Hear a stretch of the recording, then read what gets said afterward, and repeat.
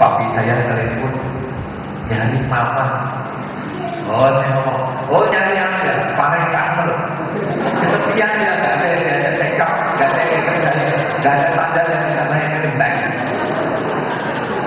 Sebaliknya, mamanya ketika ini itu juga nanya yang papanya yang tinggal sama anak itu.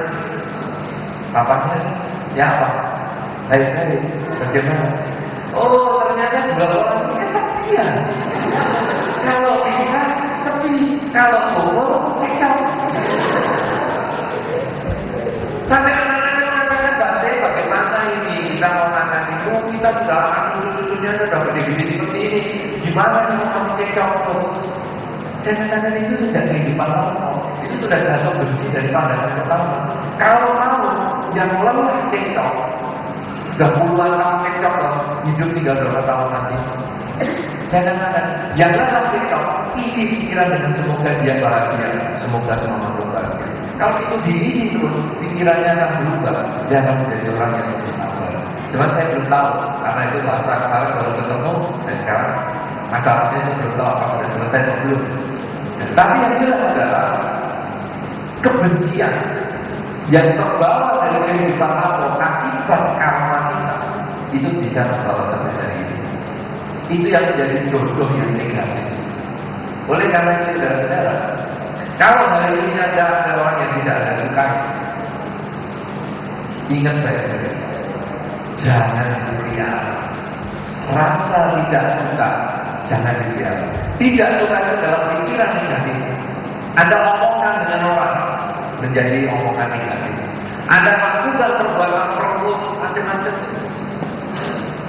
Kirim dukun sana, itu adalah perilaku jelek. Itu karma Anda. Yang nanti pada saatnya Anda berkumpul sama dia. Inilah yang menjelaskan kenapa ada orang tua kita malah menjadi musuh kita. Beberapa anak sempat membunuh orang tua, tapi sebaliknya banyak juga orang tua membunuh anaknya. Mungkin saja dalam kandungan sudah dibunuh. Kenapa? Mereka datang, mereka kumpul berjodoh karena kebencian. Sejak hamil bermasalah, selalu ada masalah. Saking inilah saking itu, kena ekonomi krisis global macam-macam.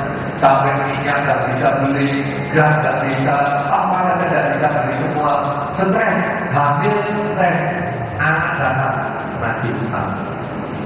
Tapi sebaliknya ada juga anak datang bayar utang.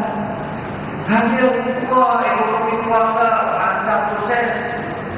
Kemudian kesehatan bagus, suami istri harmonis, ekonomi semuanya bagus. Dan begitu anak lahir, wah cantik, ganteng, pandai. Anak datang bayar utang. Ini adalah perjodohan juga. Kenapa? Ini dari karma juga. Mereka yang sering mengembangkan pikiran cinta kasih, menghindari kebencian, akan datang orang-orang yang baik kepada dia. Sebaliknya mereka yang suka membenci, memelihara kebencian, aku benci sama Cina, aku benci sama Cina, nanti mereka akan datang dalam bentuk orang yang juga bersifat tidak senang. Satu contoh, orang berbuat baik. Kalau kita kebencian, ngasih minum, dia akan mengatakan yang terima minumnya akan mengatakan, kok kamu ngasih minum? Ada maunya apa ya? Apa ada guna-gunanya ya? Kenapa? Karena ini kebencian. Coba lihat, berapa kali dalam kehidupan kita dapat barang sesuatu dan kita berpikir jelek. Ya toh? Maunya apa ya? Kasih saja. Tapi saudara, kalau ikatannya itu baik, ngasih buah yang busuk, kita nggak marah. Loh, kok dikasih busuk? Wah kasihan ya, terlalu sibuk ya. Mungkin pembantunya yang pilih karena apa-apa ya tidak apa-apa dimaklumi. Loh, sudah jelas ngasih busuk, kita terima. Dia ngasih yang baik-baik, kita tanya apa maunya. Ini adalah permainan jodoh. Ini permainan kawan. Kalau kita sekarang yang selalu berpikir negatif itu, pancarkan pikiran positif. Semoga dia bahagia, semoga semua bahagia. Dengan cara berpikir saudara, sesungguhnya kuncinya adalah pada kawan. Niat kita, ucapan kita dan perbuatan kita. Berpikirlah yang baik, berbicaralah yang baik, dan bertindaklah yang baik. Karena kebaikan inilah yang terus-menerus kita lakukan akan mengubah nasib kita. Nasib yang dulunya lahir jelek bisa menjadi baik.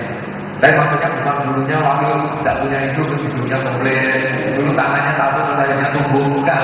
Tapi maksudnya dulunya misalnya sebab sulit, pekerjaan sulit, akhirnya jadi lancar. Nah, kemudian jodoh itu berhubungan dengan ikatan karma juga.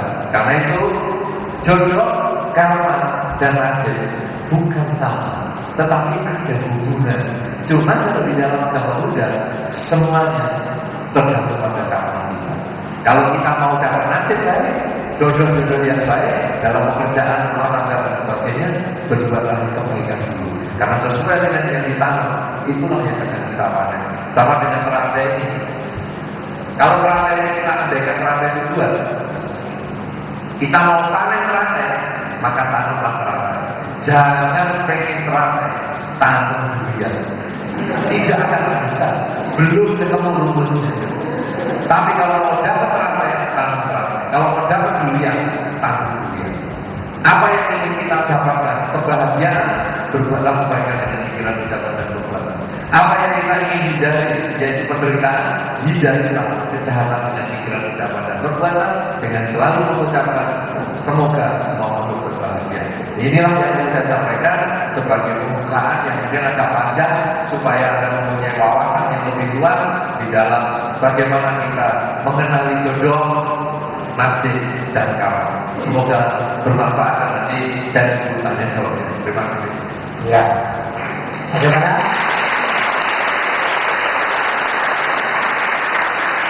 Betul kan yang saya sampaikan kepada teman-teman bahwa Bante Utomo ini bukan hanya dikenal sebagai seorang pemimpin spiritual Buddhis, tetapi beliau memang seorang intelektual. Semua yang beliau sampaikan ini secara ilmiah ini bisa dibuktikan karena yang orang sering mengatakan udahlah nasib saya sudah memang begini. Ternyata setelah kita dengan Bante Utomo sampaikan bahwa kita sebetulnya punya kemampuan untuk merubah nasib. Bagaimana kita merubahnya? Tadi Bante sudah katakan, lakukanlah karma-karma baik sebaik-baiknya. Karena itu nanti saya pulang juga, saya sudah mau mulai scan di tangan saya. 3 bulan berikutnya saya mau lihat ada perubahan enggak. Ya baru dia kita scan sama-sama baru ini. Nanti di hari mulai yang kita suruh baca. Baik teman-teman, saya terus terang karena saya jadi moderator, maka saya akan coba membuka kesempatan kepada teman-teman untuk mengajukan pertanyaan. Karena kalau tidak nanti saya mau tanya sendiri sampai habis. Karena ini waktu sungguh berharga. Beliau ini orang yang super sibuk. Karena Bante Utomo ini bukan hanya tampil sebagai pembicara di kalangan umat Buddhis saja. Beliau juga selalu bisa disandingkan dengan tokoh-tokoh agama lain, intelektual lain, berbicara dalam forum-forum seminar, forum-forum ilmiah. Silakan. Siapa yang mau tanya duluan? Tolong saya dibantu mic-nya. Ya, tolong dibantu mic-nya. Kalau boleh sebutkan nama dan langsung pertanyaannya. Silakan.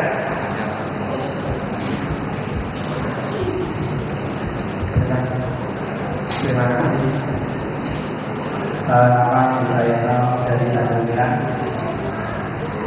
merupakan nama baik bagi saya dan saya akan berdoa bahwa saya hari ini bertemu dengan Bante langsung.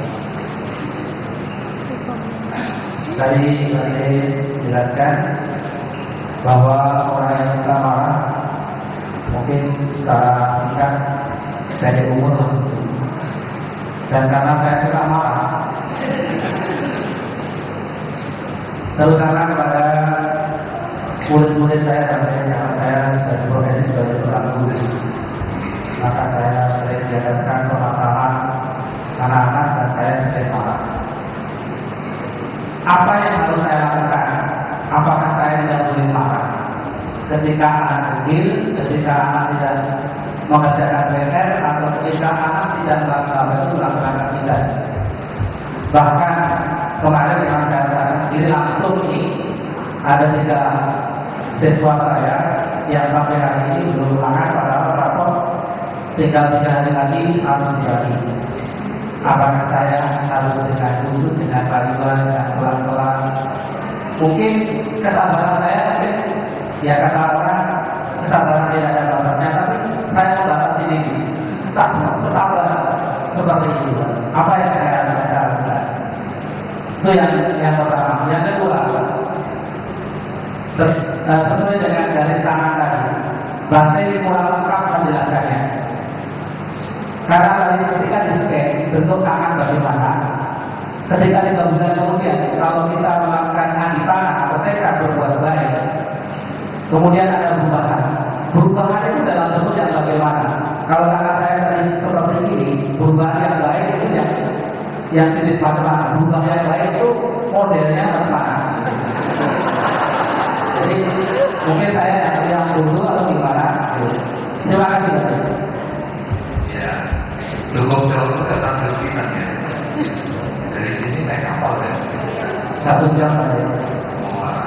Terima kasih atas kehadirannya. Ini juga jodoh loh. Kalau saya kapal bayarnya kurang, wah beliau tidak ketemu di sini. Nah ini kapal bayarnya mencukupi ini sehingga kita ketemu beliau jauh-jauh dari Tanjung Pinang. Saudara-saudara, memang dari dulu ada marah. Tapi pertanyaannya lagi, apakah marah itu ada satu-satunya jalan untuk menundukkan murid? Ada murid yang kok nggak ketularan, mungkin dia punya problem. Saudara-saudara, karena kita jangan kata kepada anak murid yang dalam bahasa kasarnya bukan anaknya sendiri. Anaknya sendiri loh. Sekarang itu cepat-cepat dimarahin juga. Kenapa? Karena dia zaman sibuk. Pendekatan itu sudah kurang. Orang tua dengan anak ini karena sudah waktu ketemunya kurang. Yang disebut dengan komunikasi efektif itu kurang. Ini yang masih tinggal dengan orang tua siapa? 1, 2, 3. Oh, masih sekarang dari bagus. Nah, gitu. Tunjuk jari aja kok takut belum mandi ya. Takut kamu ngangkat sama sebelahnya kita. Tapi ternyata tidak ada pepangi. Nah, saudara, Anda yang tinggal dengan orang tua, tanya pada diri sendiri. Dalam sehari, berapa kali ngomong dengan orang tua itu yang disebut komunikasi efektif? Kita ingin tahu dia ingin tahu kita. Kebanyakan hanya selamat pagi Pak, ayo makan, ayo Pak, ayo sudah saya keluar. Tapi duduk kemudian ngobrol, berapa? Kita sibuk dengan urusan kita. Yang punya komputer main komputer, orang ngomong nggak direken. Atau kalau orang tuanya yang main komputer, anaknya ngomong nggak direken. Lo bisa aja kalau main komputer, anaknya ngomong ini bermain game. Main game aja sampai anak nggak diurus. Apa anak jadi kasih televisi sudah jadi babysitter? Mau ini jangan ribut dengan nonton TV baik-baik kan? Ya, ini nonton baik-baik. Saudara-saudara, ini tidak ada komunikasi walaupun tidak semua.